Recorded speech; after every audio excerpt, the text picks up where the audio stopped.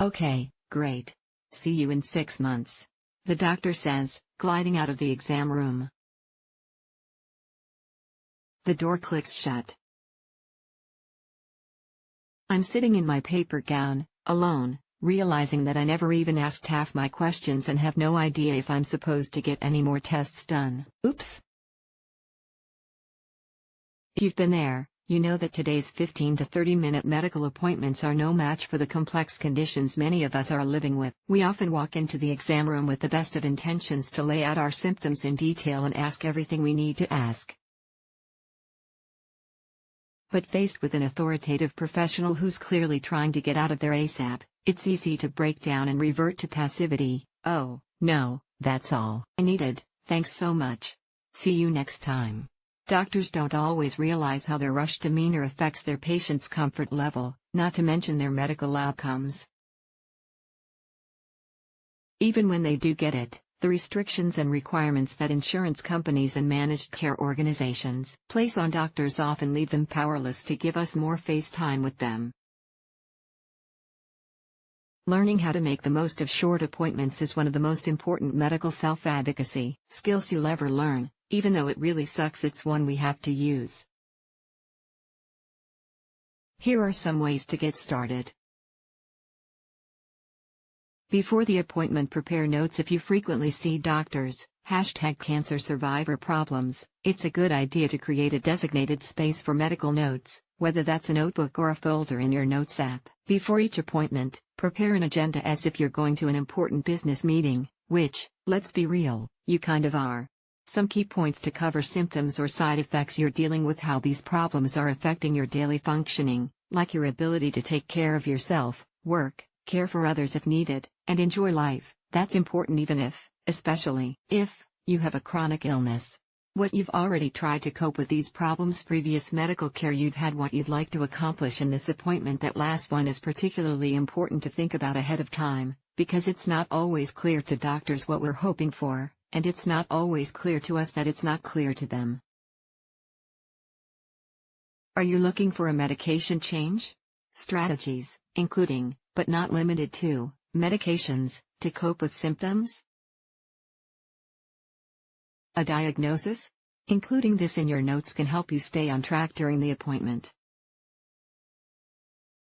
Brainstorm questions. Besides just making notes about what you want to talk about, it's useful to spend some time thinking about what questions you might want to ask your doctor. One way to maximize a short appointment is to take this one step further: predict what you might want to ask depending on what your doctor tells you. Here are some suggestions to get you started. If your doctor suggests medication, how should I expect to feel on the medication? What are the potential side effects? How long does it take to start working? What should I do if insurance won't cover it? What should I do if I can't tolerate the side effects? Should I schedule an earlier follow-up appointment if it's not working? If your doctor suggests further testing, what can the tests show? What can't they show? When will the results be available? What will you do if the tests don't show anything? How will you make sure insurance covers the tests?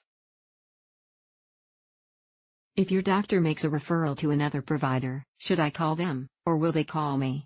When should I expect to hear from them, and what should I do if I don't? Who should I see if this provider doesn't work out? What does this type of doctor do? If your doctor makes a diagnosis,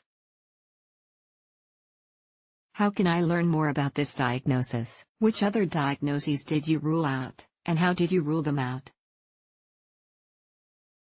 Is this progressive? What's my outlook? How certain are you about this diagnosis? Is there anything else it could be? If your doctor says everything looks fine, or they don't know what's wrong, who else should I see? How do I manage these symptoms? What will you do to help me? During the appointment, prioritize your concerns. If you have several medical issues to address in your appointment, be prepared for the possibility that you won't have time to talk about all of them. it may help to prioritize them. Pick one issue that's most bothersome or concerning, or that's affecting your life the most. Ask yourself, if I could choose one of my issues to magically disappear, which would make the biggest difference? That's your first priority issue. Then pick another you'd like to get to if time allows, and, if needed, a third if things go really quickly.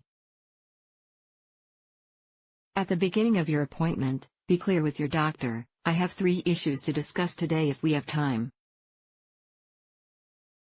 The most important is X, followed by Y and then Z. This gives your doctor a way to structure the appointment so it's as helpful as possible. If you don't get to everything in the allotted time, end the appointment by reminding your doctor of the other issues you mentioned and asking for a plan to address those, whether that's by scheduling a follow-up appointment or seeing a nurse practitioner or some other provider in the clinic. Provide documentation for your chart. Although you'll be spending part of your appointment discussing your symptoms or medical history, it's not always necessary to cover everything right away, especially if you're dealing with a complex, chronic issue.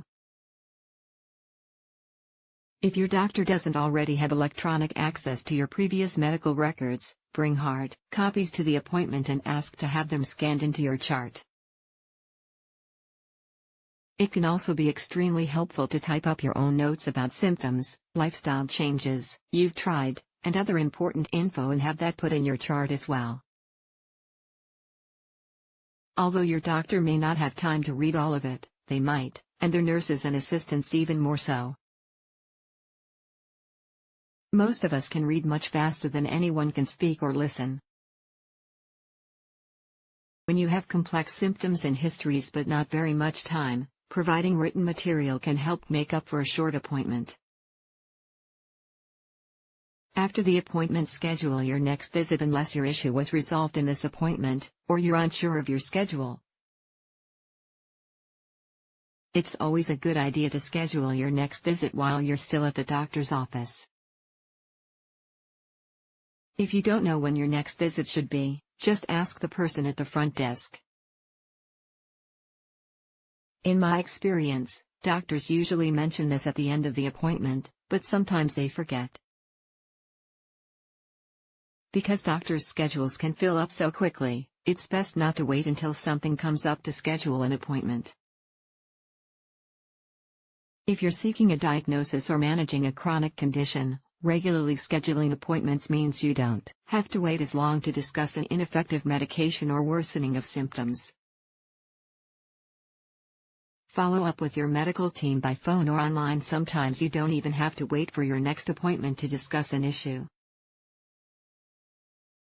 If something comes up, or if you realize you didn't have enough time in the appointment to mention something important, it's always okay to call your doctor's office and speak with a nurse or ask for your doctor to call you.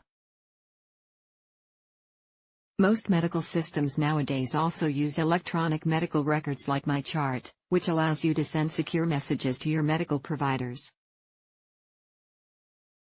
While they may not be able to address serious or new issues, it's a great way to ask questions you didn't get to in the appointment or to get help with routine issues.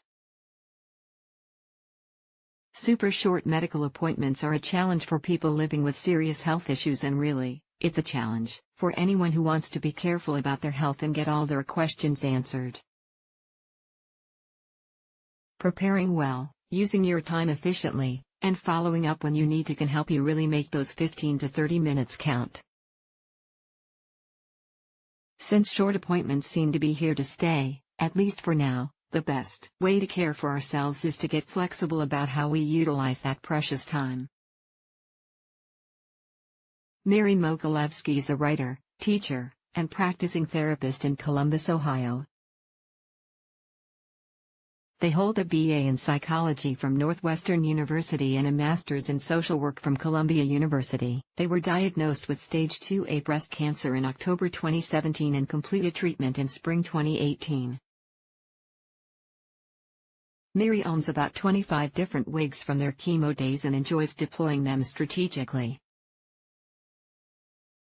Besides cancer, they also write about mental health, queer identity, safer sex and consent, and gardening.